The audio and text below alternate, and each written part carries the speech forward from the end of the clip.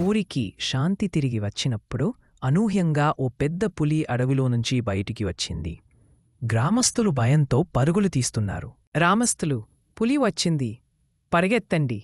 బాలు దూరం నుంచి చూస్తూ, బన్నీ, చూడు. బన్నీ తన మాయశక్తిని ఉపయోగించి పులిని ఆపాడు.